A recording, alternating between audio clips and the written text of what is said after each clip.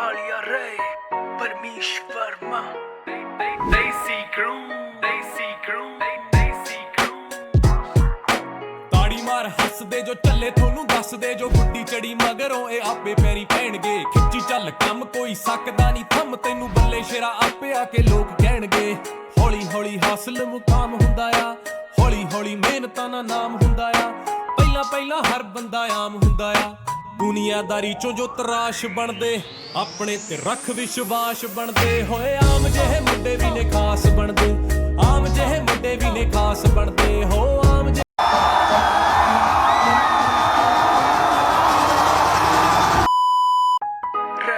रे आलिया रे परमेश्वर मां देसी क्रू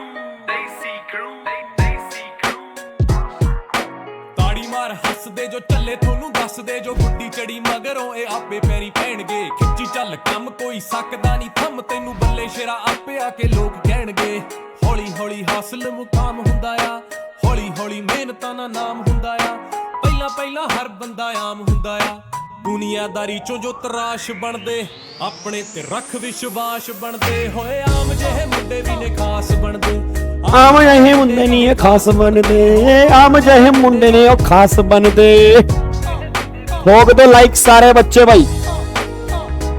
आपके शहर में पहली बार जीएसटी का त्रिशूल बैच मेहरबान कदरदान साहिबान सभी के लिए फ्री है। सिर्फ आपने आके 1 घंटा बैठना है। मेहरबान कदरदान साहिबान आपके शहर में पहली बार।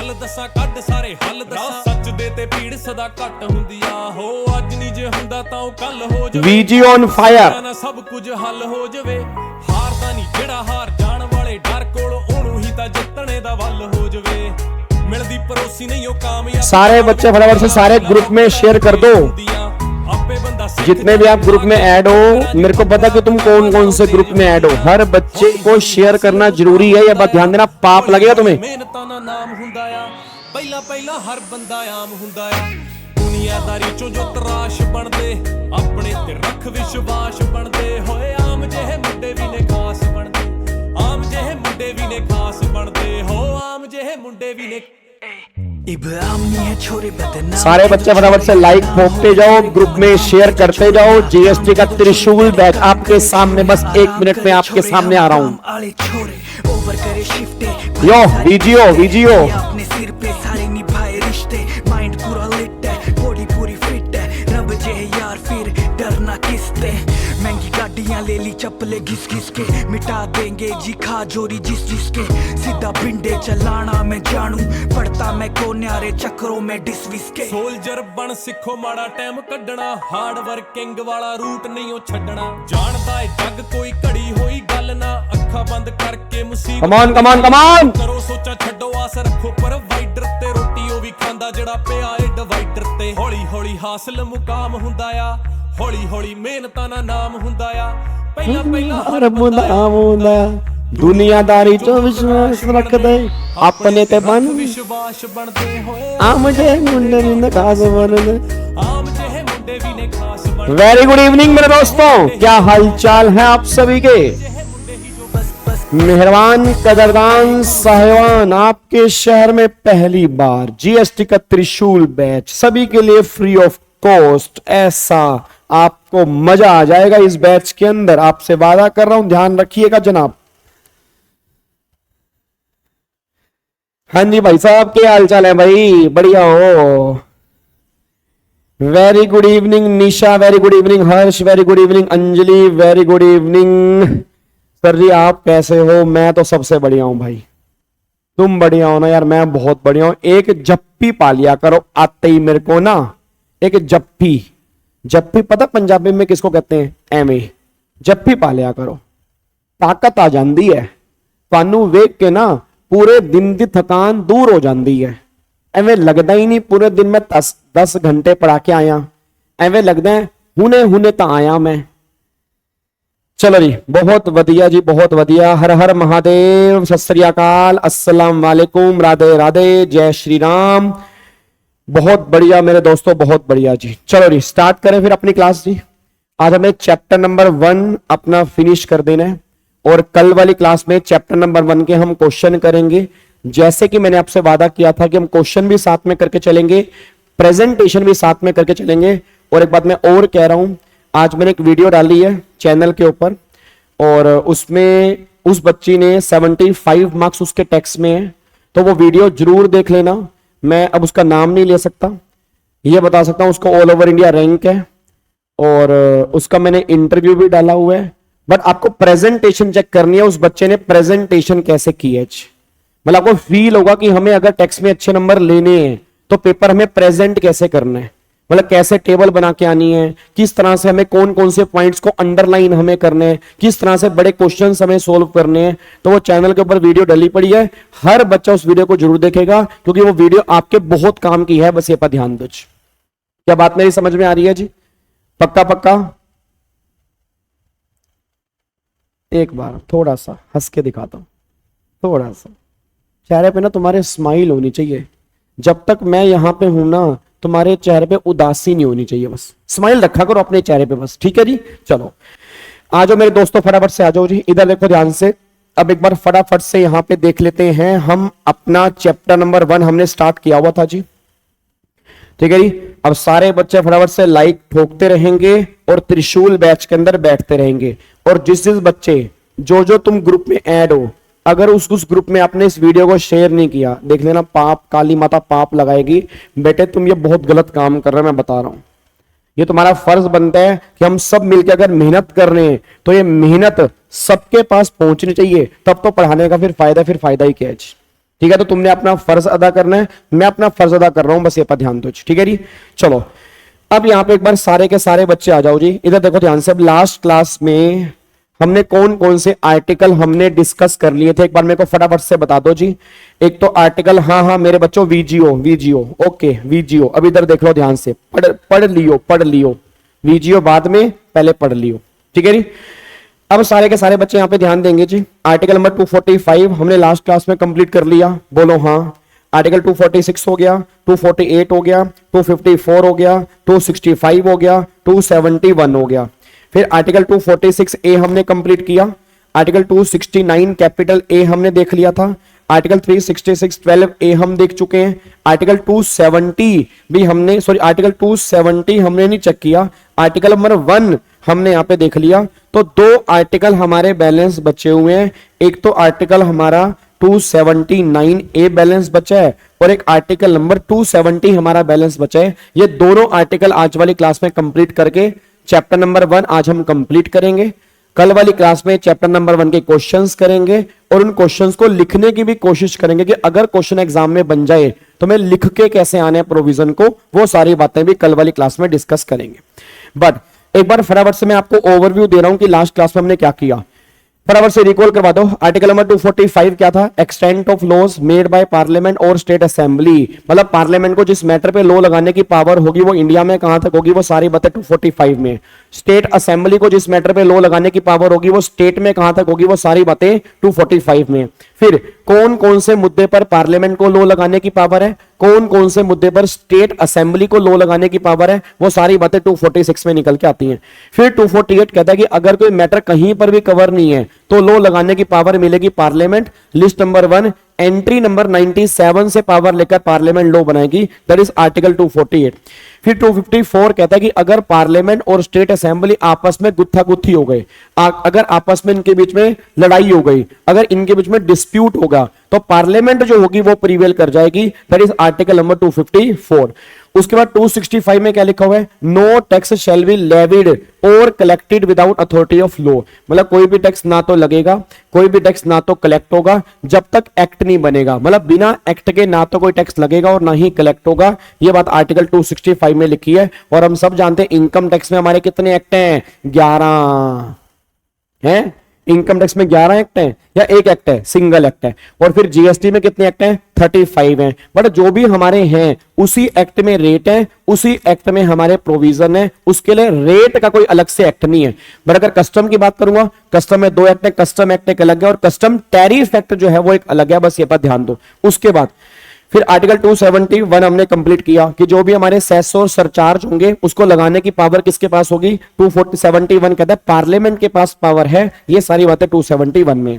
फिर कल वाली क्लास में सबसे इंपॉर्टेंट आर्टिकल हमने कंप्लीट किया 246 कैपिटल ए। याद करो मैंने कहा था जीएसटी का जन्म हुआ, जीएसटी का नंद के आनंद भैया जय कन्हैया लाल की, एक छोटे से बच्चे का जन्म हुआ, उस जन्म देने वाले का नाम क्या था? Article 246 capital A. अभी कितने साल का हुआ है? 7 साल का हुआ है, और 7 साल में रिवेन्यू कितने? 2 लाख करोड़ रुपए का रिवेन्यू, उसका पर मंथ का रिवेन्यू है जीएसटी का। अब जीएसटी आने से पहले कई सारे टैक्स थे, उसमें काफी सारी प्रॉब्लम थी, क्या क्या लिमिटेशन थी, वो सारी बातें कल वाली क्लास में डिस्कस की है। उस लिमिटेशन को दूर कैसे किया वो भी कल वाली क्लास में डिस्कस किया है। फिर गवर्नमेंट जीएसटी लेकर आई, आर्टिकल 246 कैपिटल ए। अब मेरे को सारे बच्चे बोल दो, आर्टिकल 246 कैपिटल ए में 2 क्लोज थे, एक तो क्लोज नंबर 1 और एक क्लोज नंबर 2। क्लोज नंबर 1 किसका था? Intra state supply. Close number 2 किसका था? Inter state supply. Intra state supply पर जीएसटी बनाने वाली कौन है?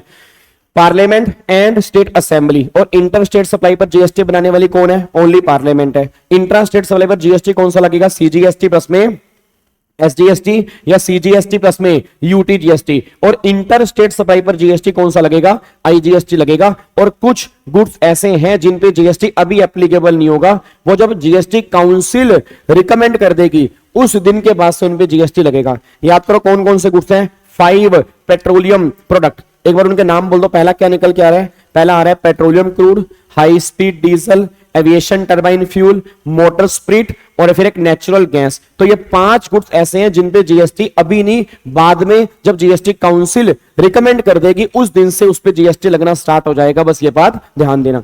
अगला फिर हमने यहाँ पे आर्टिकल जो कंप्लीट किया, आर्टिकल 269 कैपिटल ए। यहां पर मैंने कहा था कि जो भी आपका आईजीएसटी लगेगा उसका सारा पैसा सेंट्रल गवर्नमेंट के पास जाएगा, बट सेंट्रल गवर्नमेंट खुद नहीं रखेगी, उस पैसे को वो आगे अपोर्शन भी करेगी। मतलब आईजीएसटी का जो हिस्सा है वो सेंट्रल गवर्नमेंट के पास भी जाएगा, स्टेट गवर्नमेंट के पास भी जाएगा। तो IGST is nutshell is a sum total of CGST and SGST. तो जो आईजीएसटी है दोनों का सम टोटल है। फॉर एग्जांपल अगर सीजीएसटी 9% है, एसजीएसटी 9% है, तो आईजीएसटी हमारा कितना हो गया? 18% हो गया। तो दोनों को मिलाकर हमारा 18% रेट बनेगा। बस ये पर ध्यान दो। क्या बात मेरी समझ में आ रही है? उसके बाद फिर एक आर्टिकल 366(12) हमने कंप्लीट किया, जीएसटी की डेफिनेशन। सारे बच्चे बोल दो जीएसटी क्या है? एक टैक्स है। किस पे लगेगा? सप्लाई पे। किसकी सप्लाई? गुड्स और सर्विस और बोथ। किस पे नहीं लगेगा? Alcoholic liquor for human consumption, उसकी सप्लाई पे जीएसटी एप्लीकेबल नहीं होगा। ये सारी बातें 366(12) में निकल के आती हैं।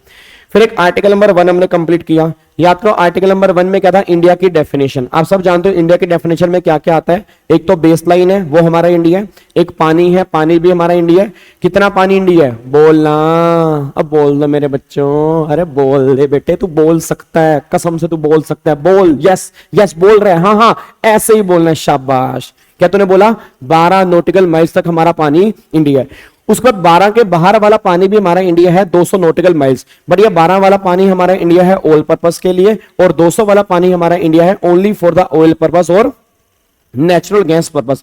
फिर मैंने कहा था जो हमारी बेस लाइन निकल के आती है, इस बेस लाइन में हमारी टोटल मिला के 28 स्टेट हैं, 8 यूटी हैं। फिर 8 यूटी के 2 टुकड़े होते हैं, 5 यूटी अलग होती हैं, 3 यूटी अलग होती हैं। 3 यूटी को हम स्टेट मानते हैं। कौन कौन सी यूटी? दिल्ली, पौंडीचेरी और जीएनके, इनको हम मानेंगे स्टेट। तो 28 प्लस में 3, 31 हमारी जीएसटी में स्टेट हो गई हैं। और यूटी जो टोटल मिला के निकल के आती है 5 एक यूटी है, और एक हमारा अदर टेरिटरी है, उसको भी क्या बोलते हैं? यूटी। तो टोटल मिला के 6 हमारी यूटी यहां पे निकल के आती हैं। ये सारी बातें हमने लास्ट क्लास में कंप्लीट कर ली थी।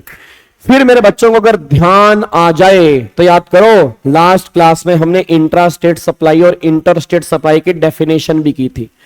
सारे बच्चे भाई साहब यहां पे मेरे को आंसर दे दो, इंट्रा स्टेट सप्लाई और इंटर स्टेट सप्लाई का मतलब क्या होता है? फटाफट से बताओ, इंट्रा स्टेट सप्लाई का मतलब क्या होता है? इंट्रा स्टेट सप्लाई का मतलब होता है where the location of supplier and place of supply अगर सेम स्टेट में है या सेम यूटी में है तो फिर तो वो सप्लाई मेरी इंट्रा स्टेट बनेगी। बट अगर location of supplier and place of supply अगर 2 डिफरेंट स्टेट में है, 2 डिफरेंट यूटी में है, 1 स्टेट 1 यूटी में है, 2 डिफरेंट कंट्री में है, सप्लाई टू एससीजेड है या सप्लाई बाय एससीजेड है, फिर वो सप्लाई मेरी इंटर स्टेट सप्लाई बनेगी। उस केस के अंदर बातें जो होंगी वो आईजीएसटी की होंगी। बस ये पर ध्यान दो। तो ये सारी बातें हमने कल वाली क्लास में समझी थी। फिर याद करो इसके हमने कुछ क्वेश्चंस भी किए थे। आपको अगर थोड़ा बहुत याद आ रहा हो, जाते जाते याद करो। हमने कुछ क्वेश्चंस किए थे कि कौन सी इंट्रा स्टेट सप्लाई है, कौन सी इंटर स्टेट है, उस पर कौन सा जीएसटी लगेगा। याद करो कल वाली क्लास में हमने क्वेश्चन किए थे, उसके बाद ही हमने अपनी क्लास को अलविदा कह दिया था और हमारी क्लास खत्म हो गई थी। ठीक है, तो यहां तक हमने लास्ट क्लास में कंप्लीट किया था। तो फाइनली अब जाके हम आज की क्लास हम स्टार्ट करने जा रहे हैं। तो कल हमने यहां तक देखा था। अब आज वाली क्लास में सबसे पहला आर्टिकल हम डिस्कस करेंगे 270, उसके बाद फिर चैप्टर 1 का लास्ट आर्टिकल हम डिस्कस करेंगे और सबसे इंपॉर्टेंट आर्टिकल हम डिस्कस करेंगे article 279 capital A GST council वाला जी। अब एक बार फटाफट से यहां पे आ जाओ जी, आर्टिकल नंबर 270 को एक बार चेक करते हैं। आर्टिकल नंबर 270 क्या है? मैं आपसे बस एक रिक्वेस्ट करूंगा, शांत होके बिल्कुल बैठ जाना। जो बच्चे वाकई अच्छे नंबर लेना चाहते हैं या पास होना चाहते हैं, जिन बच्चों ने पहले जीएसटी नहीं भी पढ़ा तो भी अगर आराम से मेरी बातों को सुनेंगे, उम्मीद करूंगा आपको भी समझ में आएंगी मेरी बातें। बट आने वाले कम से कम 15 से 20 मिनट मेरी बातों को बहुत ध्यान से सुनना, क्योंकि आर्टिकल टेक्निकल है, आपके एग्जाम में क्वेश्चन बनेगा तो आप गलती करके आओगे जी। अब सुनो ध्यान से, मैं कहना क्या चाह रहा हूं। अब यहां पे आर्टिकल नंबर 270 जो है ना, एक बार इसकी हेडिंग चेक करते हैं। हेडिंग क्या है जी? आर्टिकल 270 यहां पे है, that is distribution of taxes between union and the state. मतलब आर्टिकल 270 ये बात कह रहा है distribution of taxes between union and the state. भाई जो हमारे टैक्सेस हैं उसका यूनियन और स्टेट के बीच में डिस्ट्रीब्यूशन कैसे होगा, वो सारी की सारी बातें आर्टिकल 270 में है। मैं आपसे एक बात जानना चाहता हूं, मेरा पूरी क्लास से क्वेश्चन है सर, एक बार मेरे को सारे के सारे बच्चे आंसर देना। जैसे हमारे सिलेबस में ना, आप सब जानते हो हमारे सिलेबस में इनकम टैक्स है। क्या आप में से सारे बच्चे मेरे को बता सकते हैं जो हमारे सिलेबस में इनकम टैक्स है, तो इनकम टैक्स का रिवेन्यू आप किस गवर्नमेंट को पे करते हो? मैं बस ये बात जानना चाह रहा हूं कि हमारे सिलेबस में जो भी इनकम टैक्स है, तो इनकम टैक्स का जो रिवेन्यू है आप किस गवर्नमेंट को पे करते हो? ऑब्वियस सी बात है, इसका रिवेन्यू जो हम पे करते हैं वो पे करते हैं सेंट्रल गवर्नमेंट को। भाई इनकम टैक्स सेंट्रल लेवल का, सेंट्रल लेवल का, तो पेमेंट जो करेंगे वो सेंट्रल गवर्नमेंट को करेंगे। अच्छा, अगर इनकम टैक्स का रिवेन्यू सेंट्रल गवर्नमेंट के पास जाता है तो क्वेश्चन बस इतना सा है, क्या इसमें से कुछ हिस्सा आगे स्टेट गवर्नमेंट को भी डिस्ट्रीब्यूट होता है या नहीं होता? सारे बच्चे यस या नो में लिख के बताएंगे। सारे बच्चे यस या नो में लिख के बता दें, अगर इनकम टैक्स का रिवेन्यू सेंट्रल गवर्नमेंट के पास जाता है तो क्या वो आगे स्टेट गवर्नमेंट को भी डिस्ट्रीब्यूट होगा या नहीं होगा? मेरा सारे बच्चों से बस ये क्वेश्चन है, यस या नो। ओके, कई बच्चे कह रहे हैं नहीं होगा, कई बच्चे कह रहे हैं होगा, कई बच्चे कह रहे हैं होगा, कई बच्चे कह रहे हैं नहीं होगा, कई बच्चे कह रहे हैं होगा, कई बच्चे कह रहे हैं नहीं होगा, कई बच्चे कह रहे हैं नहीं होगा, कई बच्चे कह रहे हैं होगा। तो आपकी जानकारी के लिए बता दूं, जो भी बच्चे नो कह रहे हैं उनका आंसर गलत है, जो बच्चे यस कह रहे हैं उनका आंसर बिल्कुल सही है। भाई अगर मान लो इनकम टैक्स का रिवेन्यू सेंट्रल गवर्नमेंट के पास जा रहा है तो उसमें से कुछ पैसा जो है वो स्टेट गवर्नमेंट के पास भी जाता है। और ये बात मैं नहीं कह रहा, ये बात आर्टिकल 270 में लिखी है। आर्टिकल 270 ये बात कहते हैं कि जितने भी टैक्सेस आपके यूनियन लिस्ट में है, मतलब जो भी टैक्सेस और ड्यूटीज आपकी यूनियन लिस्ट में है, उन टैक्सेस को आप सेंट्रल और स्टेट दोनों में डिस्ट्रीब्यूट करोगे। सारा पैसा सेंट्रल गवर्नमेंट खुद नहीं रखेगा, बस ये बात ध्यान दो। अब मेरे को सारे बच्चे जान सकते हैं, इनकम टैक्स की बात करूंगा तो इनकम टैक्स क्या यूनियन लिस्ट में है? बिल्कुल है। याद करो एंट्री नंबर 82 में हमारा इनकम टैक्स लिखा हुआ है, 83 में कस्टम ड्यूटी लिखी है। अब अगर 83 में कस्टम ड्यूटी है तो सोच के बोलो कस्टम का पैसा सेंट्रल गवर्नमेंट के पास जाता होगा बट आगे स्टेट को मिलता होगा। 84 में एक्साइज ड्यूटी लिखी है, अब एक्साइज का पैसा सेंट्रल गवर्नमेंट के पास जाता होगा, आगे स्टेट को मिलता होगा। तो सिंपल सी बात का निकल कह रहे कि जो भी टैक्स आपके लिस्ट 1 में है ना, वो सेंट्रल गवर्नमेंट के पास जाएंगे और आगे स्टेट गवर्नमेंट को भी डिस्ट्रीब्यूट होंगे, बस ये पर ध्यान दो। अब दिक्कत मुझे इसमें नहीं है कि इनकम टैक्स का रिवेन्यू स्टेट गवर्नमेंट के पास जाता है या नहीं जाता, वो तो एक अलग बात है। मेरा पूरी क्लास बस इतना सा क्वेश्चन है कि जो हमारा इंट्रा स्टेट सप्लाई पर सीजीएसटी लगता है और हमारा एसजीएसटी लगता है, तो सारे बच्चे बस ये बोल देना सीजीएसटी का पैसा किस गवर्नमेंट के पास जाता है, बताओ जी। बेटे कई बच्चों ने लाइक नहीं किया, ध्यान रखना, फिर नालायक हैं वो सारे बच्चे। जल्दी बताओ, अगर बात करता हूं सीजीएसटी तो मेरे को फटाफट से बोल दो सीजीएसटी का पैसा जो है वो किस गवर्नमेंट के पास जाता है, तो ये जाता है सेंट्रल गवर्नमेंट के पास। अच्छा, अगर बात मैं करूंगा एसजीएसटी की, तो एसजीएसटी का पैसा किस गवर्नमेंट के पास जाता है? स्टेट गवर्नमेंट के पास।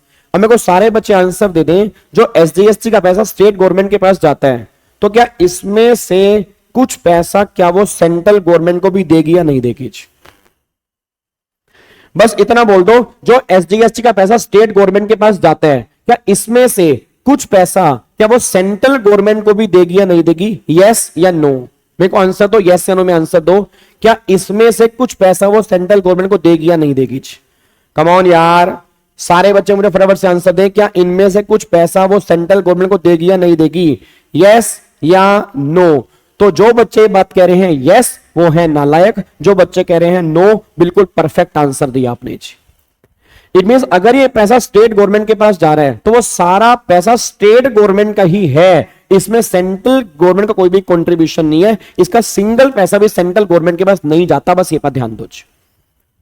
फिर बात करो सीजीएसटी की। अब मेरे को सारे बच्चे आंसर देना। अगर बात करूंगा सीजीएसटी की, तो इसका पैसा सेंट्रल गवर्नमेंट के पास गया। अब अगर सीजीएसटी का पैसा सेंट्रल गवर्नमेंट के पास गया, तो सोच के बोल देना, क्या ये सेंट्रल गवर्नमेंट के पास जो पैसा गया, क्या वो इसमें से कुछ पैसा आगे स्टेट गवर्नमेंट को देगी या नहीं देगी? मेरा क्वेश्चन बस ये निकल के आ रहा है कि अगर सीजीएसटी का पैसा सेंट्रल गवर्नमेंट के पास जा रहा है, क्या इसमें से कुछ पैसा वो आगे स्टेट गवर्नमेंट को देगी या नहीं देगी? यस या नो? कई बच्चे कह रहे हैं यस, कई बच्चे कह रहे हैं नो, कई बच्चे कह रहे हैं यस, कई बच्चे कह रहे हैं नो। अब जो भी बच्चे कह रहे हैं यस और जो बच्चे कह रहे हैं नो, मेरा उन दोनों से क्वेश्चन है, जिन्होंने भी यस किया मैं उनसे पूछता हूं क्यों भाई? हेलो भाई साहब, ओए ओ कहां जा रहे हैं? हेलो ओ हेलो भाई साहब, इधर इधर। कहां? यस बोल के जा कहां रहा है? तुमने यस बोला ना, ये बताओ यस क्यों? क्या? क्योंकि सेंट्रल लेवल का तो नहीं। अगर सेंट्रल लेवल का तो एक बात मेरे को बताओ, आर्टिकल 270 साफ साफ कह रहा है कि जो टैक्स यूनियन लिस्ट में होगा उसको हम आगे डिस्ट्रीब्यूट करेंगे। मैं आपसे बस एक बात जानना चाह रहा हूं, क्या सीजीएसटी आपका लिस्ट नंबर 1 में आता है? नहीं, क्या सीजीएसटी आपका लिस्ट नंबर 1 में आता है क्या? ये तो बच्चे आंसर मेरे को अलग अलग आंसर दे रहे हैं। क्या सीजीएसटी आपका लिस्ट नंबर 1 में आता है? सीजीएसटी लिस्ट नंबर 1 में आता ही नहीं है। और अगर सीजीएसटी लिस्ट नंबर 1 में नहीं आता, तो आर्टिकल 270 आपने एप्लीकेबल कैसे कर दिया? क्योंकि आर्टिकल 270 ये बात कहता है कि जो टैक्सेस आपके यूनियन लिस्ट में होंगे ना, उसको तुम्हें डिस्ट्रीब्यूट करना है। जो टैक्स मेरा यूनियन लिस्ट में है ही नहीं, उसको डिस्ट्रीब्यूट तुम कैसे कर रहे हो भाई? अब सीजीएसटी मेरा लिस्ट नंबर 1 में नहीं है। अगर सीजीएसटी लिस्ट नंबर 1 में नहीं है, तो आपने किस बेस पे इसको स्टेट गवर्नमेंट को डिस्ट्रीब्यूट कर दिया? अब बच्चा ये बात कह रहा है सर बात तो सही है। भाई बात तो बिल्कुल आपकी सही है कि सीजीएसटी लिस्ट नंबर 1 में नहीं है, और अगर ये लिस्ट नंबर 1 में नहीं है तो आर्टिकल 270 तो यहां पर एप्लीकेबल नहीं होगा। अगर 270 नहीं लगेगा तो डिस्ट्रीब्यूट नहीं होना चाहिए। बट मैं आपसे एक बात और पूछता हूं, अब अगर आप कह रहे हो कि सर ये लिस्ट नंबर 1 में नहीं है इसलिए डिस्ट्रीब्यूट नहीं होगा, बट मेरा कहने का मकसद ये है, क्या एक्चुअल में सीजीएसटी का पैसा स्टेट के पास जाना चाहिए या नहीं जाना चाहिए? आप में से बहुत सारे बच्चे एग्री करेंगे सर नहीं जाना चाहिए, बट आपकी जानकारी के लिए बता दूं, ये सीजीएसटी का पैसा जो सेंट्रल गवर्नमेंट के पास जा रहा है, इसमें भी स्टेट गवर्नमेंट को पैसा मिलना चाहिए। अब मैं तुम्हें लॉजिक बता रहा हूं, चाहे है मेरी रिवीजन क्लास, बट मैं तुम्हें लॉजिक क्लियर कर रहा हूं कि ऐसा गवर्नमेंट क्यों कह रही है कि इसमें स्टेट गवर्नमेंट का पैसा होना चाहिए। मैं बस आपसे एक बात जानना चाह रहा हूं, सारे बच्चे मेरे को आंसर दे दें। जब इंडिया में आंसर देना सर, तुम्हें लॉजिक सुन के भाई साहब मजा आ जाएगा, तो सारे बच्चे अप्रिशिएट करेंगे, तो बहुत ध्यान से मुझे आंसर देना। मैं बात करता हूं जब इंडिया में जीएसटी नहीं था, तो सारे बच्चे ही बता दो, जब इंडिया में जीएसटी नहीं था तो इंडिया में टोटल 17 तरह के टैक्सेस थे। 17 तरह के जो टैक्सेस थे उसमें 9 टैक्स आपके सेंट्रल गवर्नमेंट के थे, 8 आपके स्टेट गवर्नमेंट के थे। इसमें कोई दिक्कत तो नहीं है। अब मेरा क्वेश्चन बस ये निकल के आ रहा है, जो 8 टैक्स स्टेट गवर्नमेंट के थे, इसका रेवेन्यू स्टेट गवर्नमेंट के पास जाता था और पैसा भी स्टेट गवर्नमेंट का होता था, इसमें सेंट्रल गवर्नमेंट का पैसा नहीं होता था। और जो ये 9 टैक्सेस सेंट्रल लेवल के थे, तो इसका पैसा सेंट्रल गवर्नमेंट के पास जाता था।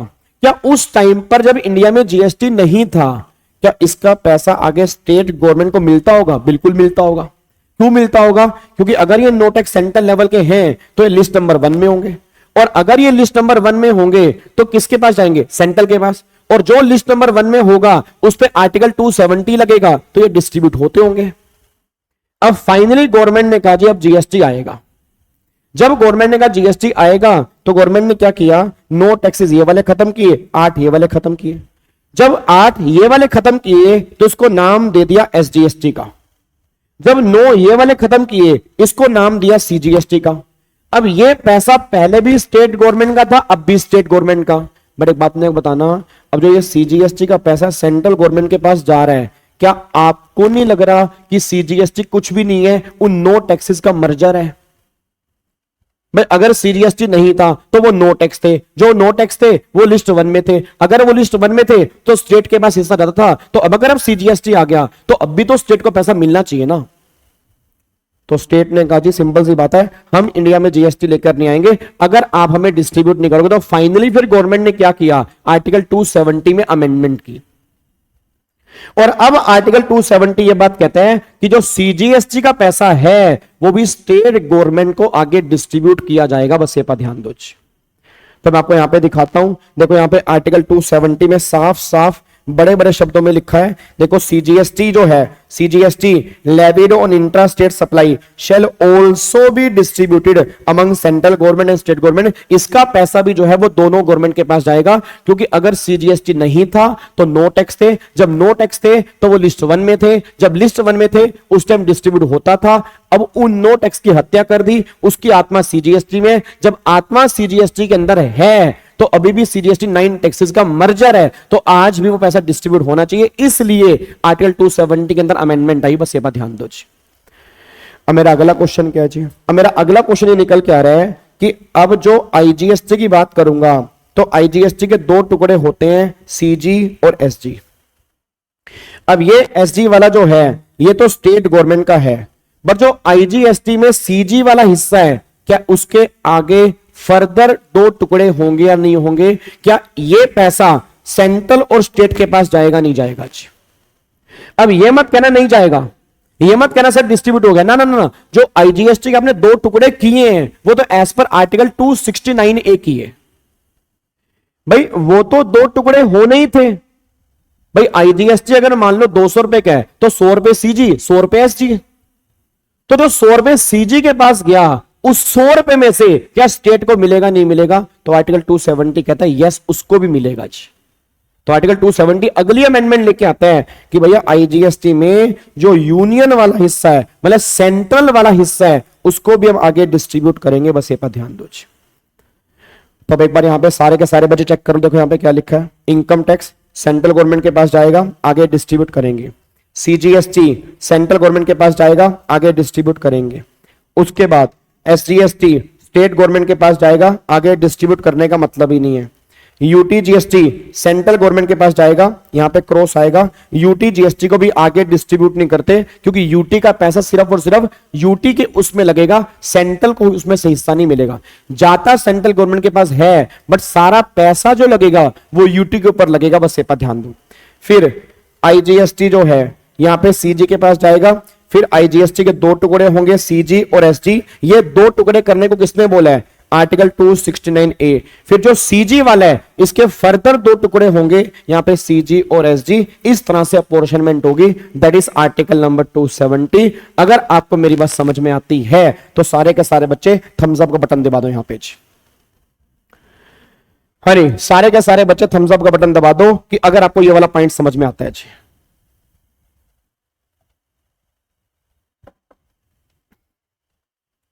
कस्टम भी डिस्ट्रीब्यूट होगा जी, कस्टम भी होगा बिल्कुल जी। जल्दी करो फटाफट से यार।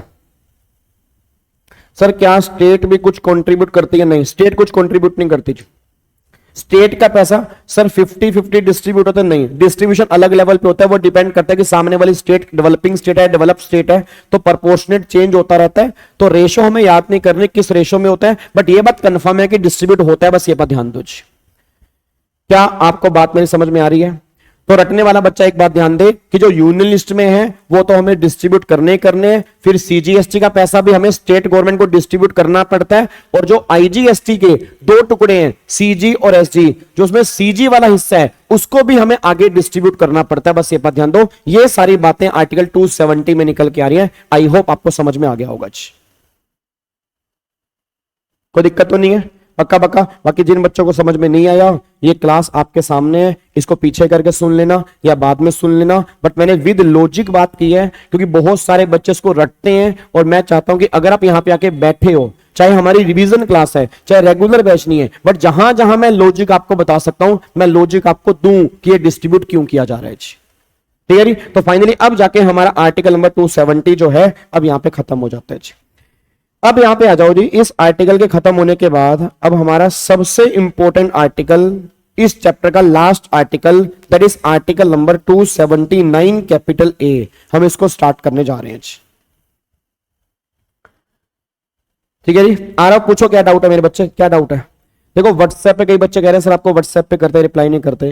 भाई मेरी पूरा दिन क्लास होती है, सुबह 7:30 से लेके अब 8:30 तक तो तुम मेरे को छोड़ते नहीं। 8 बजे के बाद घर जाता हूं तो रास्ते में मिलता है जाम, 9:30 बजे मैं घर पहुंचता हूं, 9:30 बजे जाके फिर कल सुबह की तैयारी करता हूं। अब तुम दिन में मैसेज करते होगे, वो मैसेज नीचे भाग जाते हैं। तो जिन बच्चों के मैं 1-1.5 घंटे में रिप्लाई कर पाता हूं तो कर पाता हूं। ठीक है। अगर आपके रिप्लाई नहीं होते तो अपने को 9-9:30 बजे एक बार व्हाट्सएप कॉल ट्राई कर लिया करो, शायद मैं रास्ते में तुम्हारा फोन उठाकर तुम्हारे मैसेज का रिप्लाई कर दूं। ठीक है। बाकी आगे जाके मेरे अभी डाउट सेशन भी होंगे, वो टेंशन मत लो। सिंगल बच्चे का डाउट क्लियर होगा सर, आप टेंशन मत लेना, आपका एक डाउट भी पेंडिंग नहीं होगा। ठीक है ना। तो डाउट सेशन में आगे रख के लूंगा, जैसे जैसे एग्जाम पास आएंगे तो आपके डाउट सेशन भी होंगे, उसके लिए आप निश्चिंत हो जाओ। ठीक है जी। चलो जी, इधर सुनो ध्यान से, मैं कहना क्या चाह रहा हूं। इसके नोट्स कहां मिलेंगे? इसके नोट्स ऑलरेडी टेलीग्राम चैनल पे डले हुए हैं और व्हाट्सएप ग्रुप पर भी हैं। आर्टिकल 269 एक कर दो लिया नालायक। ओए आर्टिकल 269 अभी तो हमने किया है कि आईजीएसटी की अपोर्शनमेंट आते मैंने करवाया नहीं। इवन कल हमने किया था कि जो भी आपका आईजीएसटी है उसके 2 टुकड़े होंगे, सीजी और एसडी। यही बात तो लिखी है 269 ए के अंदर। 269 ए में क्या लिखा हुआ है कि जो आईजीएसटी लिया गया है उसके 2 टुकड़े करने पड़ेंगे, सीजी और SD. That is article number 269 capital A. चलो जी, इधर सुनना ध्यान से। अब एक बार यहां पे सारे बच्चे यहां पे ध्यान दो जी। अब अगला आर्टिकल जो है, अगला आर्टिकल है 279 कैपिटल ए। अब मैं लाइव चैट नहीं पढ़ रहा क्योंकि लाइव चैट में आधे बच्चे ना बातों में लग गए हैं, क्योंकि अब उनको पता है ना जिनके एग्जाम क्लियर नहीं होने, अब वो क्या करेंगे? बातें ही करेंगे। सर अभी क्या बातें करेंगे? इनकम टैक्स कब होगा सर? सर कस्टम कब कराओगे? सर इस चैप्टर को एक बार छोड़ो सर, वो इनकम टैक्स में टीडीएस कब होगा? सर जो हो रहा है वो नहीं देखना, जो बाद में होगा पहले वो करा दो। और यही सबसे बड़ा रीजन है कि आपके एग्जाम में आपको दिक्कत आती है, क्योंकि आपका 1 घंटे भी माइंड फोकस नहीं हो पा रहा कि जो चीजें हम कर रहे हैं कम से कम उसको ही सुन लें। आपको मैंने क्या बोला? अगले आने वाले 2.5 महीने अगर मेरा साथ दे दोगे ना, इनकम टैक्स क्या कस्टम क्या भाई, तुम्हारी नसों में टैक्स ना घुमा दिया ना, फिर तुम्हें को बोल देना के। पर थोड़ा पेशेंस रखो, 1 घंटे में सारा कुछ नहीं होगा, थोड़ा टाइम देना पड़ेगा। शांत दिमाग को थोड़ा शांत रखा करो, थोड़ा जिंदगी में पेशेंस लेके आओ। ठीक है। चलो इधर सुनो, मैं ध्यान से कहना क्या चाह रहा हूं। तो अगला पॉइंट यहां पे निकल के आ रहा है, आर्टिकल नंबर 279 कैपिटल ए। अब आर्टिकल नंबर 279 कैपिटल ए जो है ना, ये जीएसटी काउंसिल का है। अब ये जीएसटी काउंसिल, आपने बहुत बार ये वर्ड सुना होगा, जीएसटी काउंसिल। जीएसटी काउंसिल मैंने क्लास के अंदर भी कई बार बोला, मैंने वैसे भी कई बार बोला जीएसटी काउंसिल, जीएसटी काउंसिल। तो एक्चुअल में जीएसटी काउंसिल है क्या, और ये जीएसटी काउंसिल बनी कैसे है, और ये जीएसटी काउंसिल बनाई क्यों गई, और ये जीएसटी काउंसिल करती क्या है? एक बात मेरे को बताओ, आप सब जानते हैं जीएसटी में ना काफी सारी अमेंडमेंट्स आती हैं। अब अगर जीएसटी में काफी सारी अमेंडमेंट्स आती हैं, एक बात जानना चाहता हूं, अगर जीएसटी को बनाने वाली पार्लियामेंट और स्टेट असेंबली दोनों हैं, तो क्या अगर कोई जीएसटी में अमेंडमेंट लेके आनी है, क्या वो खाली सेंट्रल गवर्नमेंट लाएगी या खाली स्टेट गवर्नमेंट लाएगी, या दोनों मिलकर लाएंगे? दोनों मिलकर लाएंगे। अब ऐसी कोई अथॉरिटी थी ही नहीं जहां पे दोनों मिलके कुछ अमेंडमेंट लेकर आए, तो फाइनली एक नया आर्टिकल क्रिएट किया गया, आर्टिकल नंबर 279 कैपिटल ए। तो पहली बात तो ये समझो कि GST council is a constitutional body, कोई एरी गैरी बॉडी नहीं है कि जीएसटी काउंसिल ऐसे ही बन गई, इंडिया के संविधान से बनी है। आर्टिकल 279 कैपिटल ए से इसका जन्म हुआ है। तो जीएसटी काउंसिल कोई छोटी मोटी बॉडी नहीं है। आज जो भी जीएसटी में अमेंडमेंट्स आती हैं वो सारी की सारी लेकर आने वाली जीएसटी काउंसिल ही होती है। और आई थिंक अभी जीएसटी काउंसिल की 53 मीटिंग हुई है, 53rd मीटिंग अभी आई थिंक 1 हफ्ता पहले हुई है, उसके अंदर भी काफी सारी अमेंडमेंट्स आई हैं। तो जब भी ये जीएसटी काउंसिल आपस में मिलती हैं तो जो भी जीएसटी में अमेंडमेंट्स आती हैं वो जीएसटी काउंसिल के बेस पे आती हैं। अब दिमाग में कई सारे क्वेश्चन, सर जीएसटी काउंसिल को बनाने वाला कौन है? तो जीएसटी काउंसिल को बनाने की पावर दी गई थी प्रेसिडेंट को। मतलब जब प्रेसिडेंट को पावर दी गई, जब कॉन्स्टिट्यूशन अमेंडमेंट एक्ट पास हुआ उसके 60 दिन के अंदर अंदर प्रेसिडेंट को बोला गया आपको जीएसटी काउंसिल बनानी है। क्या मेरी क्लास का सिंगल बच्चा भी मेरे को यह बता सकता है जब इंडिया में जीएसटी आना था तो क्या इंडिया में जीएसटी लाने के लिए देश का संविधान चेंज हुआ था? क्या इस बात से एग्री करते हो? हाँ बोलो, हाँ हाँ बोला करो। जब मैं बोलता हूं ना हाँ बोलो करो, ऐसे ऐसे क्या करो। हाँ, संविधान चेंज हुआ था। जब संविधान चेंज हुआ था, संविधान चेंज करने के लिए पहले बिल आया था, उस बिल का नाम था that is constitution amendment bill 122। फिर उसको एक्ट में कन्वर्ट किया गया, उसका एक्ट का नाम पड़ा कॉन्स्टिट्यूशन अमेंडमेंट एक्ट 101। अब जब ये कॉन्स्टिट्यूशन अमेंडमेंट एक्ट पास हुआ, ये पास हुआ था 8 सितंबर 2016 को।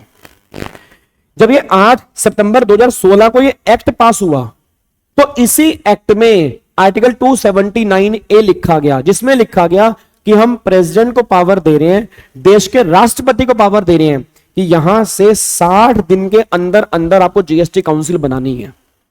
और मेरी क्लास का हर एक बच्चा हैरान हो जाएगा, 8 सितंबर को ये एक्ट पास हुआ, 2 दिन के अंदर जीएसटी काउंसिल फॉर्म हो गई 10 सितंबर को, और 12 तारीख को जीएसटी काउंसिल हमारी नोटिफाई भी हो गई।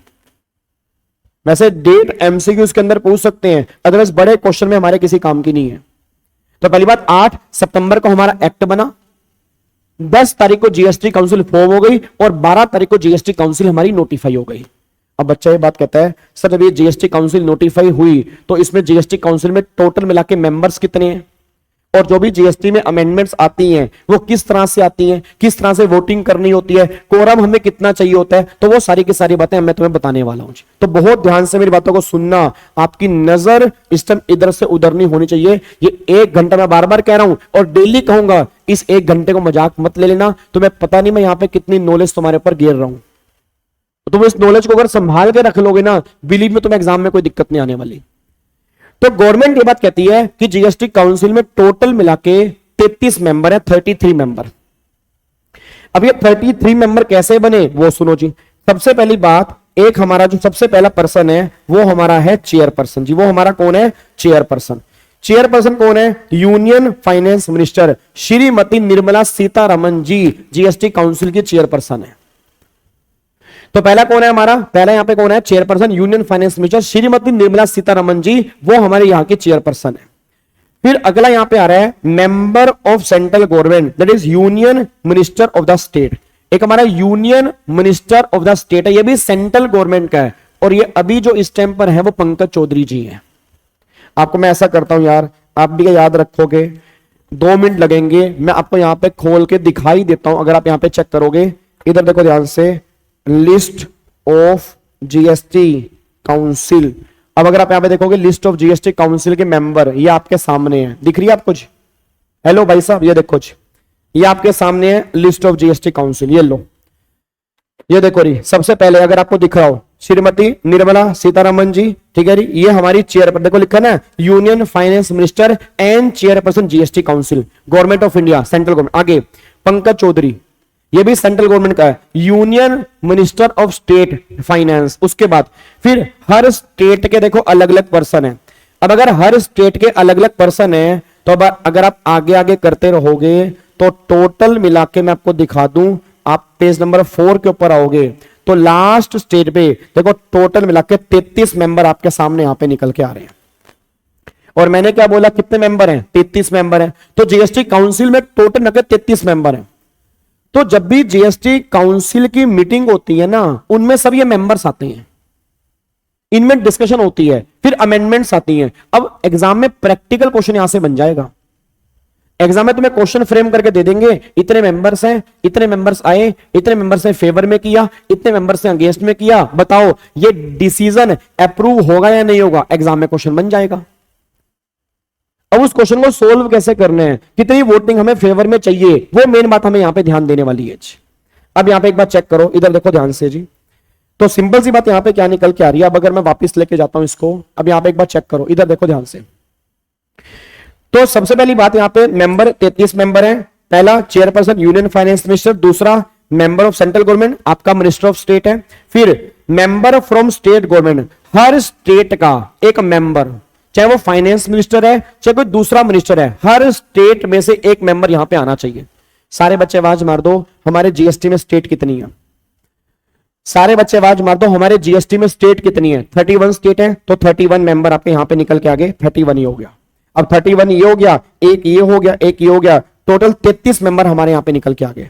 अब जो 31 मेंबर हैं इसी में से एक मेंबर जो है वो हमारा वाइस चेयरमैन बन जाएगा। तो चेयरमैन जो है वो सेंट्रल गवर्नमेंट का है, वाइस चेयरमैन जो है वो स्टेट गवर्नमेंट का है। बट वाइस चेयरमैन को अलग से काउंट मत करना क्योंकि वो 31 में से एक मेंबर है, तो टोटल मिलाकर 33 मेंबर यहां पे निकल के आ रहे हैं, बस ये पर ध्यान दो। ठीक है, अब उसके बाद एक और, अब अगर हमें मीटिंग करनी है तो कोरम चाहिए 50%, कम से कम, कम से कम। अब सोच के बोलना, अगर 33 मेंबर हमारे टोटल हैं तो कम से कम मीटिंग करने के लिए कितने मेंबर प्रेजेंट होने जरूरी हैं, बताओ जी। सारे बच्चे मुझे आवाज मार दो, सर यूटी के मेंबर क्यों नहीं होते? क्योंकि वो सेंट्रल के कंट्रोल में है ना, कम ऑन यार, वो सेंट्रल के कंट्रोल में है तो उसकी टेंशन नहीं लेने का, ठीक है ना। अब मेरे को सारे बच्चे बताओ, कोरम 50%, मतलब अगर मान लो 33 मेंबर है तो कम से कम कितने मेंबर चाहिए? 17 मेंबर प्रेजेंट होने जरूरी है। अगर 17 मेंबर प्रेजेंट नहीं होंगे वो मीटिंग काम ही नहीं करेगी, वो मीटिंग काम ही नहीं करेगी भाई। 17 मेंबर अगर प्रेजेंट नहीं है ना वो मीटिंग काम ही नहीं करेगी, मीटिंग वेस्ट है। उसके बाद देखो, फिर वोटिंग चाहिए 75% फेवर में, मतलब 3/4 वोटिंग होनी जरूरी है। अगर किसी चीज को अप्रूव करवाना है तो 75% वोटिंग चाहिए। जैसे आज की क्लास को अगर सक्सेसफुल बनाना है तो खत्म होने से पहले 2000 लाइक चाहिए। बच्चा कह रहा भूखा, भूखा कहीं का गाबा, भूखा क्यों करें लाइक? है कौन तू हमारा, लगता कौन है कौन नालायक? तुम्हें यही तो नहीं पता मैं तुम्हारा लगता कौन हूं।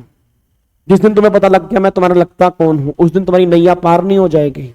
तेरा मुझसे है पहले का नाता कोई, यूं ही नहीं दिल लुभाता कोई। तेरा मुझसे है पहले का नाता कोई, यूं ही नहीं दिल लुभाता कोई। और जो बच्चे इस टाइम बातें कर रहे हैं मैं उनके बारे में 2 शब्द बोलना चाहता हूं। जब अभी तुम बातें कर रहे हो फिर तुम्हारा रिजल्ट आएगा, रिजल्ट में तुम्हारे एग्जाम क्लियर नहीं होंगे तो उसमें मैंने 2 बातें बोलना चाहता हूं कि अब क्या सोचें क्या होना है, जो होगा अच्छा होगा, पहले सोचा होता पागल अब रोने से क्या होगा। और ये पहले सोचा होता पागल, ये पहले सोचने वाला टाइम है, ये वाला टाइम ये सोचने वाला है। तेरे बाद में रिजल्ट नेगेटिव आता है ना, बच्चा कहता हो क्या गया, तो अब क्या सोचे क्या होना है, जो होगा अच्छा होगा, पहले सोचा होता पागल अब रोने से क्या होगा। तो अगर इस टाइम पर मेहनत कर लोगे तो बाद में दिक्कत नहीं आएगी। क्या बात मेरी समझ में आ रही है? ठीक है, चलो अब यहां पे एक बार फटाफट से आओ जी। सर ये वीजियो क्या है? वीजियो एक बहुत बड़ी चीज है, वीजियो एक इमोशन है। आप सब भी वीजियो बन सकते हैं, ठीक है जी। चलो अब यहां पे चेक करो, तो हमें 3/4 वोटिंग चाहिए, मतलब 75% वोटिंग फेवर में चाहिए। अब अगर हमें 75% वोटिंग फेवर में चाहिए तो 75% वोटिंग फेवर में कैसे, मतलब किस तरह से, यही हमें देखना है बस। अब सुनो ध्यान से, अब जो मैं तुम्हें बताने जा रहा हूं बिलीव में इस पॉइंट को तुम अप्रिशिएट करोगे जी। अब मैं तुम्हें बताने जा रहा हूं इस पॉइंट को तुम अप्रिशिएट करोगे, तो बहुत ध्यान से पॉइंट सुन लेना मेरी बात को जी, बहुत ध्यान से मेरी बात सुन लेना जी। अब सुनो ध्यान से, एक बात मेरे को बताओ, जैसे मान लो अब एक बच्चा मेरे सामने है, किसी बच्चे का नाम ले लेता हूं, बच्चे का नाम मेरे सामने यहां पे आ रहा है महारुद्र, महारुद्र। तो मैं नॉर्मली रुद्र बोल देता हूं, मान लो मैं नॉर्मली रुद्र बोल देता हूं। तो रुद्र यह बात कहता है, सर जैसे हमने सुना है कि कोचिंग की सर्विस पे 18% जीएसटी है, तो आपको नहीं लगता एजुकेशन पे 18% जीएसटी बहुत ज्यादा है? सर हम पढ़ ही तो रहे हैं, हम पढ़ के देश का नाम ही तो रोशन करेंगे, तो इतनी पढ़ाई पर इतना जीएसटी क्यों? वो तो मेरे कोडिंग भी गलत है, इतना जीएसटी नहीं होना चाहिए। इवन पूरे वर्ल्ड में ऐसी इकलौती कंट्री ऐसी है जहां पे एजुकेशन पे 18% जीएसटी है। बट गवर्नमेंट का रीजन ये है क्योंकि गवर्नमेंट ये बात कहती है भैया ये प्राइवेट एजुकेशन है, गवर्नमेंट एजुकेशन एग्जम्प्ट है। गवर्नमेंट एजुकेशन में जीएसटी गवर्नमेंट लेती नहीं है। प्राइवेट कोचिंग सेंटर में गवर्नमेंट कहती है हम जीएसटी लेंगे, क्योंकि तुम्हारे पास बहुत सारे बच्चे पढ़ रहे हैं, तुम बहुत सारी फीस लेते हो, बहुत सारा पैसा कमाते हो, उसका 18% जीएसटी हमें भी चाहिए। तो चलो जी, अब एक बच्चा कहता है गाबा सर मैं आपसे एक बात जानना चाहता हूं कि हाँ आपको लगता है इस पे रेट कम होना चाहिए? रेट कम होना चाहिए। तो मैं ऐसा करते हैं, एक जीएसटी काउंसिल की मीटिंग बुला लेते हैं, एक जीएसटी काउंसिल की मीटिंग बुला लेते हैं, उसमें डिसाइड कर लेंगे कि एजुकेशन पे जीएसटी कम करना या नहीं करना जी।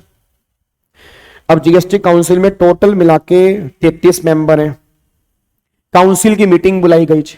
जब काउंसिल की मीटिंग बुलाई गई तो काउंसिल में टोटल 30 मेंबर जो हैं वो प्रेजेंट हुए, 3 मेंबर प्रेजेंट नहीं हुए। 3 मेंबर ने कहा हमारे पास इतना टाइम नहीं है इस पे डिस्कशन करने का, हम नहीं आएंगे। 30 मेंबर आए। पहले बताओ क्या कोरम पूरा हो गया जी?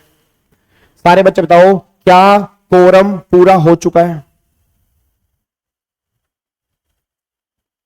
अमेंडमेंट बिल और अमेंडमेंट एक्ट में क्या डिफरेंस हो भाई? बिल प्रपोज होता है, एक्ट फाइनल होता है यार। ये तो छोटी सी बात है, फाइनेंस बिल और फाइनेंस एक्ट। बिल मतलब प्रपोजल, एक्ट मतलब फाइनल।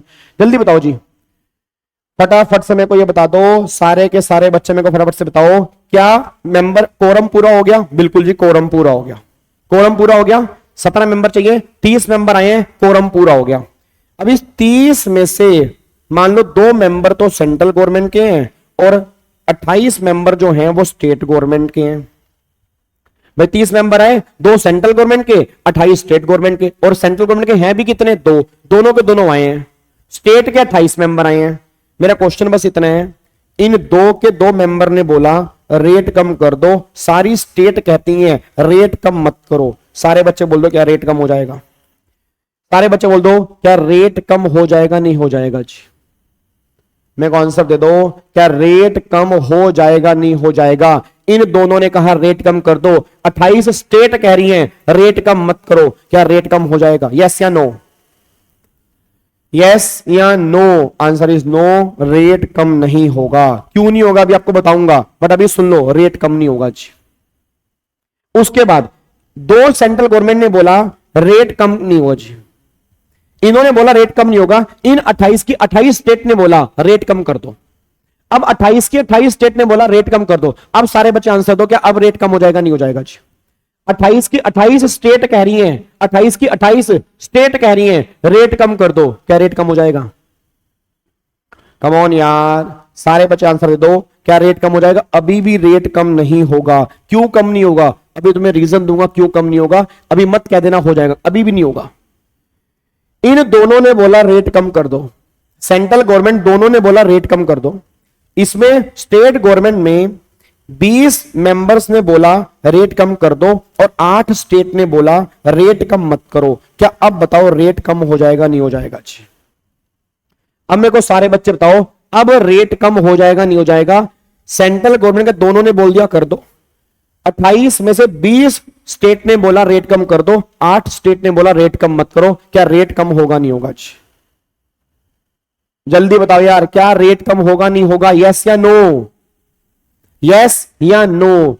अब सुनो ध्यान से, आप में से काफी बच्चे गलत आंसर दे रहे हैं, काफी बच्चे सही आंसर दे रहे हैं, तो बहुत ध्यान से सुन लेना कैलकुलेशन करनी कैसे है।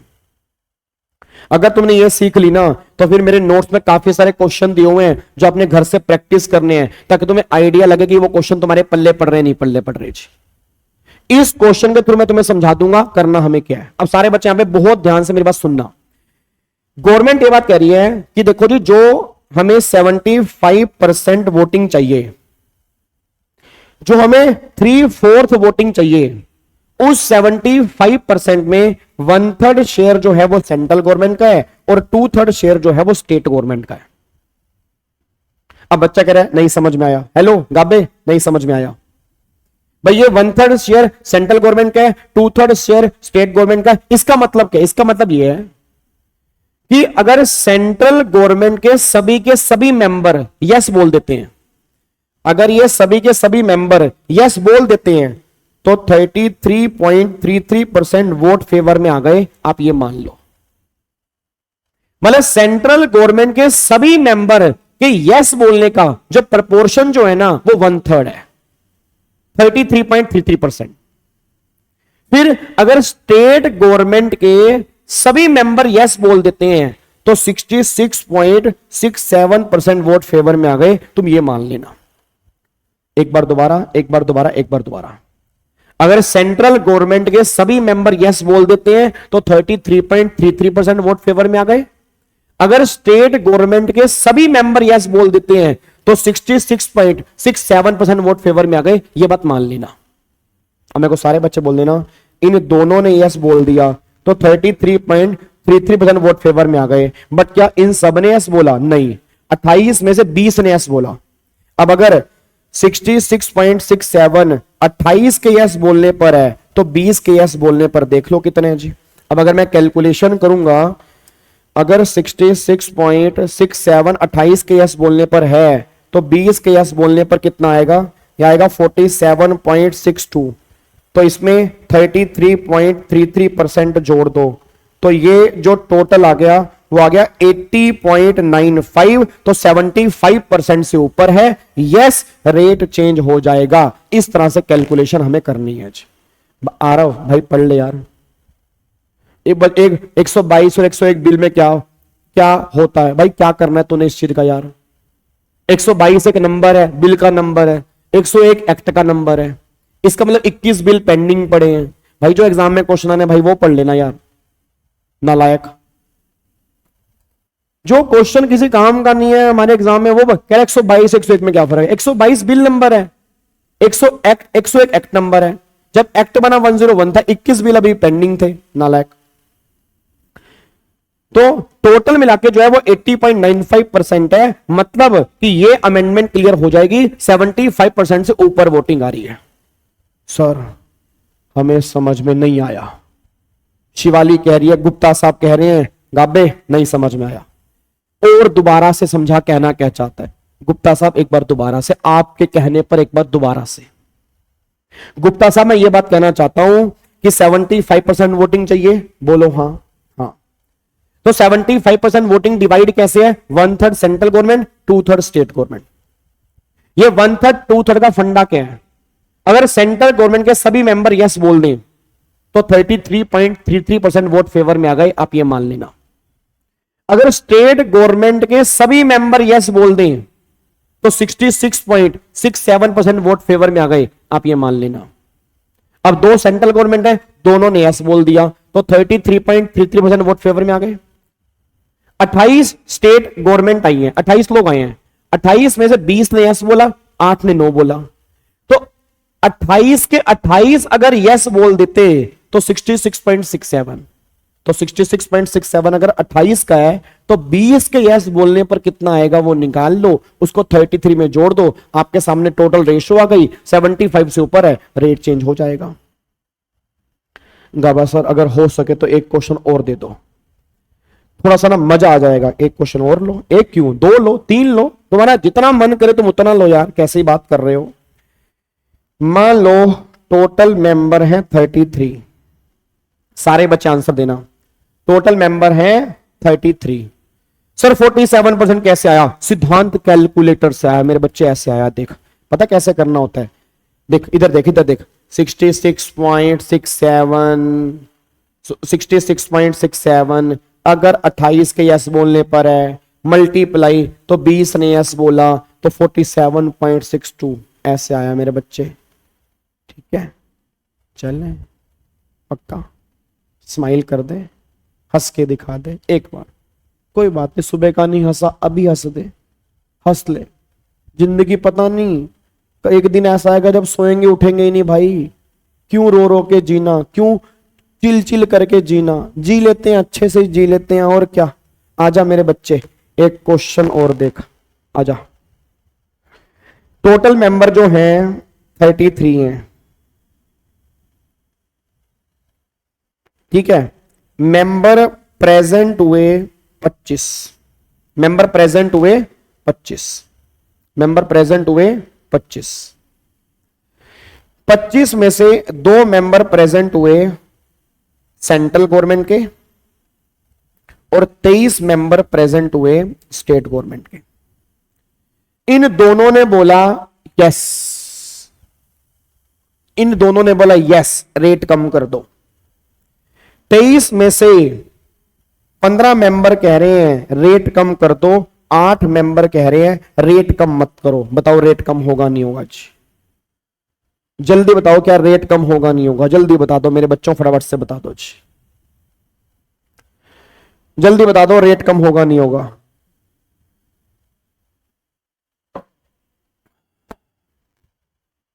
बताओ रेट कम हो जाएगा नहीं हो जाएगा? फटाफट से बता दो जी, यस या नो, बोलो। कार्तिक पीजीबीपी तुम्हारा लूंगा यूट्यूब पे। तुमने आज तक भाई साहब पीजीपी नहीं पढ़ा होगा। तुमने पीजीपी तो बहुत पढ़ा होगा, कैपिटल गेन बहुत पढ़ा होगा। भगवान की दया से जो मैं तुम्हें यूट्यूब पे करवा दूंगा ना, वो मैं रेगुलर बैच को लाइव करूंगा, बट लाइव करते ही प्राइवेट कर दूंगा। तुम मजा आ जाएगा तुम्हें, उसकी मैं अनाउंसमेंट करूंगा। अभी तुम जीएसटी पे ध्यान लगाओ। हाँ जी, रेट चेंज होगा नहीं होगा? काफी सारे ऑलमोस्ट सारे बच्चे कह रहे हैं यस हो जाएगा। अब बताओ यस कैसे? अब इधर देखो ध्यान से, इन दोनों के यस बोलने पर 33.33% वोट फेवर में आ गया। इन दोनों के यस बोलने पर 33.33% वोट फेवर में आ गया। अच्छा, फिर अगर 23 के 23 मेंबर यस बोल देते तो 66.67, तो 66.67 अगर 23 के यस बोलने पर है तो 15 के यस बोलने पर कितना आएगा? तो 66.67 डिवाइड बाय 23 मल्टीप्लाई 15, तो 43.48%। अब इसमें प्लस में 33.33 कर दो जी, तो ये टोटल मिला के जो आ गया वो हमारा आ गया 76.81% हो गया। तो 76.81, तो 75 से ऊपर है। यस, यहां पे रेट चेंज हो जाएगा, कोई भी दिक्कत वाली बात नहीं है जी। तो प्रैक्टिकल लाइफ में जो जीएसटी काउंसिल की मीटिंग होती है ना भाई, आरव का तो अलग ही चल रहा है भाई। आरव कह रहा है भाई ऐसे की तैसे 279A की 279A जैसे तो क्या होगा, आएगा तो नहीं करूंगा। पहले मेरे क्वेश्चन का आंसर दे गाबे के बच्चे, मेरे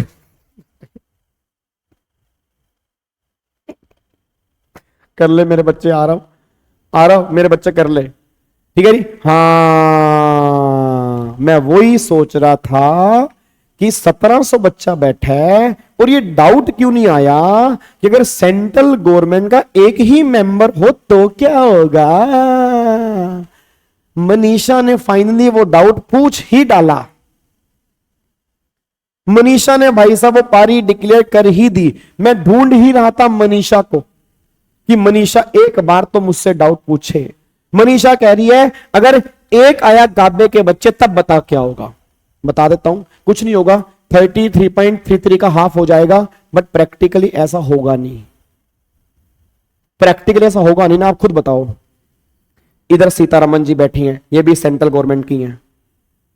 एक और बच्चा आ गया, कह रहा पिछली 5 क्लास शॉर्ट में रिवाइज करवा दो। मेरे को तो लगता है मैं हर एक बच्चे के घर आके पढ़ाई ना दूं, और क्या बोलो। बच्चा कह रहा ये भी सही बात है, हमें कोई दिक्कत नहीं है, आई एम नो इश्यू गाबे, यूर लाइफ, आप जैसे मर्जी जी सकते हो। नालायक कहीं का बच्चा कह रहा पहली 5 दोबारा से रिवाइज करवा दो, नालायक। तो क्या हुआ, मनीषा ने कहा कि अगर एक हुआ, अब सोचना ये सीतारमन जी बैठी हैं, ये भी सेंट्रल गवर्नमेंट की हैं, ठीक है, और ये इधर बैठे हैं पंकज चौधरी जी, ये भी सेंट्रल गवर्नमेंट के हैं। सीतारमन जी ने बोला यस आई एग्री, रेट कम होना चाहिए। इधर पंकज चौधरी बैठे कह रहे पागल कहीं की, सीतारमन पागल है भाई, सीतारमन पागल है, रेट कम नहीं होगा भाई, पागल। सीतारमन कह रही तेरी ऐसी की तैसी भाई, क्यों नहीं होगा, ना ना ना भाई रेट कम नहीं होगा। अब सोचना दोनों सेंट्रल गवर्नमेंट के हैं, या पंकज चौधरी जी कह रहे रेट कम होगा, सीतारमन कह रहे यार पागल कहीं का, रेट कम नहीं होगा, मैं नहीं मान रही भाई, मैं नहीं खेल रही भाई, मैं नहीं खेल रही, रेट कम नहीं होगा। सर स्टेट में अलग ओपिनियन हो सकता है, स्टेट में अलग ओपिनियन हो सकता है, बट सेंट्रल में अलग ओपिनियन के चांसेस ही नहीं है। बेइज्जती थोड़ा करवानी है पूरी भरी महफिल के अंदर। 2 सेंट्रल गवर्नमेंट के लोग आए तो बाहर डिसाइड करके आओ ना, बोलता क्यों नहीं, बोलना बोलना, बोलता क्यों नहीं, तो बाहर डिसाइड करके आओ ना, हाँ या ना, अंदर क्यों रायता फैलाना है। एक कह रहा है हाँ, एक कह रहा है नो, तो प्रैक्टिकली ऐसा नहीं होगा। बट आपने पूछा अगर एग्जाम में क्वेश्चन बन जाए तो हाफ कर लेना, कोई दिक्कत वाली बात नहीं है जी। डन, क्या इसको लॉक कर सकते हैं जी? ठीक है, अब एक लास्ट क्वेश्चन दे रहा हूं आज की क्लास का, और सुन लो ध्यान से भाई। हेलो भाई साहब सुनो, इधर देखो ध्यान से। अब मैं तुम्हें होमवर्क भी दे रहा हूं। होमवर्क क्या दे रहा हूं? इस आर्टिकल के बाद, सारे बच्चे यहां पे ध्यान दो, ये रहा आर्टिकल 279 कैपिटल ए, देखो ये सब दिया हुआ है, ये 1/3, ये 2/3। फिर जीएसटी काउंसिल क्या क्या काम कर सकती है? जीएसटी काउंसिल कुछ भी कर सकती है, सारी पावर जीएसटी काउंसिल के पास है कि कौन कौन से टैक्स को सबस्यूम करना है, मतलब मर्ज करना है, पावर जीएसटी काउंसिल के पास है। क्या क्या गुड्स सर्विस एग्जाम्प्ट करने हैं, पावर है। अपॉर्शनमेंट कैसे होगा आईजीएसटी का, पावर है। फिर स्पेशल रेट अगर नोटिफाई करने हैं, पावर है। थ्रेशोल्ड लिमिट, रजिस्ट्रेशन की एग्जम्पशन लिमिट क्या होगी, पावर है। फिर स्पेशल कैटेगरी स्टेट, जीएसटी में स्पेशल कैटेगरी स्टेट होती हैं, याद है वो नागालैंड, मणिपुर, त्रिपुरा, मिजोरम, तो उन स्टेट के लिए अगर कुछ अलग से प्रोविजन बनाने हैं तो पावर है। ये सारे के सारे काम जीएसटी काउंसिल कर सकती है। अब इसके बाद ये काफी सारे एग्जाम्पल हैं, देखो एग्जाम्पल 1, यहां पे एग्जाम्पल 2, एग्जाम्पल 3, भर भर के एग्जाम्पल मैंने क्लास में करवाए थे, आप इसकी ट्राई कर सकते हो। ये सारे के सारे एग्जाम्पल आपके यहां पे निकल के आ रहे हैं, ठीक है नी। और इसके बाद कौन कौन से टैक्स सबस्यूम होगा, याद करो 17 टैक्स थे ना, 17 टैक्स, तो ये 9 सेंट्रल लेवल के, 8 स्टेट लेवल के। एक बार ये भी घर से पढ़ लेना कि कौन कौन से टैक्स जीएसटी में मर्ज हो चुके हैं और कौन कौन से टैक्स जीएसटी में मर्ज नहीं हुए हैं। ये अभी भी टैक्सेस एग्जिस्ट करते हैं, ऐसा नहीं है पूरा ब्रह्मांड ही मर्ज हो गया हो। अभी भी बहुत सारे टैक्सेस हैं जो मर्ज नहीं हुए, अभी भी कई धक्के खा के घूम रहे हैं, तो ये टैक्सेस ऐसे हैं जो सबस्यूम नहीं हुए जी, ठीक है। अब यहां से फाइनली, ये क्वेश्चन मैं नेक्स्ट क्लास में कराऊंगा, मोस्ट इंपॉर्टेंट है। यहां से फाइनली फिर हमारा स्टार्ट होगा आईटीसी का बेसिक, जिसको आप मेरे पिछले 3 दिनों से बार बार सुन रहे हो, कब आएगा आईटीसी, कब आएगा आईटीसी। तो फाइनली होपफुली कल या मंडे वाली क्लास में तुम्हें आईटीसी टच करवा दूंगा, और ऐसा टच करूंगा तुम भाई साहब थक जाओगे, रुक जाओगे, खुश हो जाओगे कि भाई साहब आईटीसी सीखा तो ऐसा सीखा, ठीक है। चलो अब आ जाओ आज की क्लास में लास्ट क्वेश्चन, सारे बच्चे मेरे को आंसर देंगे। ये लो जी, टोटल मेंबर है 33, हाँ नहीं टोटल मेंबर है 33, मेंबर प्रेजेंट हैं 30, 2 सेंट्रल गवर्नमेंट के, 28 स्टेट गवर्नमेंट के। इस 28 में से 6 मेंबर कहते मैं आया तो हूं बट मैं वोट नहीं करूंगा। आया हूं, बैठूंगा, वोट नहीं करूंगा, चाय पीऊंगा, मट्ठी खाऊंगा, फैन खाऊंगा, मेरे घर में मेरी वोटी से लड़ाई हो गई थी, मैं आ गया हूं, वोट नहीं करूंगा मैं। 22 मेंबर कहते हम वोट करेंगे। वोट किया 22 मेंबर ने, और 22 में से ध्यान रखना 13 मेंबर कहते हम तो फेवर में हैं, और 9 मेंबर कहते हम फेवर में नहीं हैं, और ये दोनों कहते हम तो फेवर में हैं। बताओ रेट कम होगा नहीं होगा जी? जल्दी बताओ रेट कम होगा नहीं होगा जी? चेयरपर्सन का होना जरूरी है भाई, चेयरपर्सन के बिना मीटिंग ही नहीं हो सकती, और ऐसा कभी हुआ ही नहीं चेयरपर्सन ना आया हो। जल्दी बताओ जी, रेट कम होगा नहीं होगा, यस या नो? अल्कोहल पे ओल्ड टैक्सेस लगते हैं, हम कल वाली क्लास में देखेंगे। अल्कोहल पे एक्साइज है, वैट है, सीएसटीएच, जो पुराने टैक्सेस हैं वो लगते हैं जी। हाँ नहीं, ऑलमोस्ट सारे बच्चों का आंसर आया नहीं। अब मैं जानना चाहता हूं नहीं कैसे निकाला आपने, एक बात मेरे को बताओ। इन दोनों के यस बोलने पर 33.33% वोट फेवर में आ गया। मेरा क्वेश्चन बस ये है कि अब जो मैं 66.67 काउंट करूंगा, क्या वो 28 का काउंट करूंगा या 22 का काउंट करूंगा? बस ये बता दो मेरे को कि जो 66.67 जो स्टेट का हिस्सा है, जो 2/3 स्टेट का हिस्सा है, वो मैं काउंट किस करूंगा, 28 का या 22 का? 22 का। गलती से भी 28 का मत बोल देना। 28 आए हैं, वोट किया 22 ने, तो प्रेजेंट एंड वोटिंग जिसने की है काउंटिंग उसकी होगी। आपको मैंने बोला आंसर दो, आप में से कुछ बच्चे आंसर ही नहीं दे रहे, तो वो आए या ना आए एक बराबर है ना। मैं आपको गलत थक जाता है, बोलता हूं लाइक कर देना, खत्म होने के बाद कमेंट कर देना। कई बच्चे आते हैं वीडियो देख के सो जाते हैं, ना उन्होंने चैनल सब्सक्राइब किया, ना लाइक किया, ना कमेंट किया, उनको लेने देना ही नहीं है। तो मेरी क्लास में वो आए या ना आए वो एक बराबर ही है। जो पार्टिसिपेट ही नहीं करे तो मुझे उनका पता ही नहीं लग रहा ना। तो वही बात यहां पे निकल के आ रही है। तो 6 मेंबर तो आए ना आए एक बराबर है। 22 कम बंदा है, तो अगर ये 22 के 22 यस बोल देते तो 66.67 जो है वो 22 का है।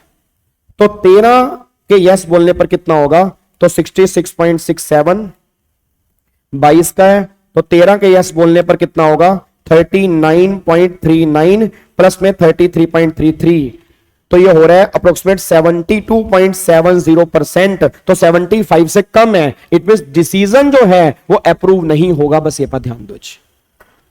तो ये अब जाके हमारा आर्टिकल खत्म हुआ है 279 कैपिटल एज, और इसी के साथ हमारा चैप्टर 1 बेसिक वाला सारा खत्म हो चुका है। उम्मीद करूंगा आपको बातें समझ में आई होंगी।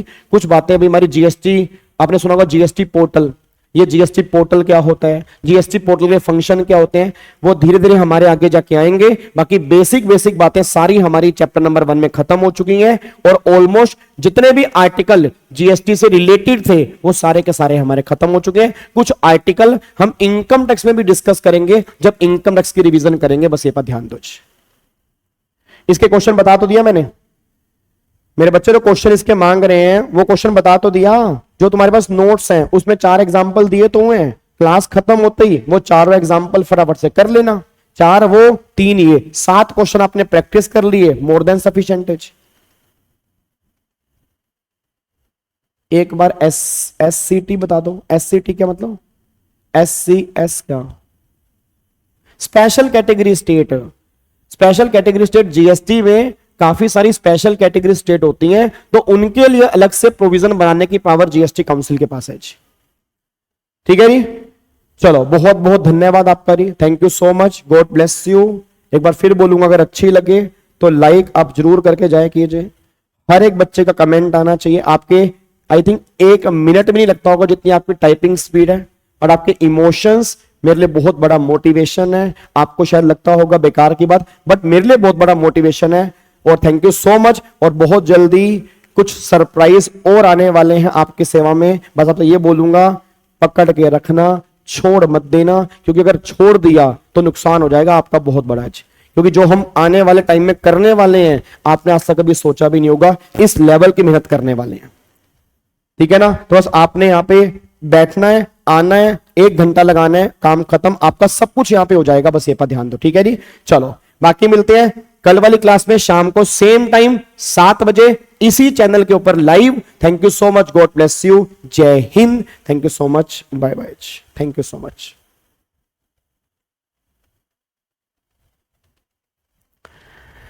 चलो जी, bye bye bye bye bye bye bye bye bye.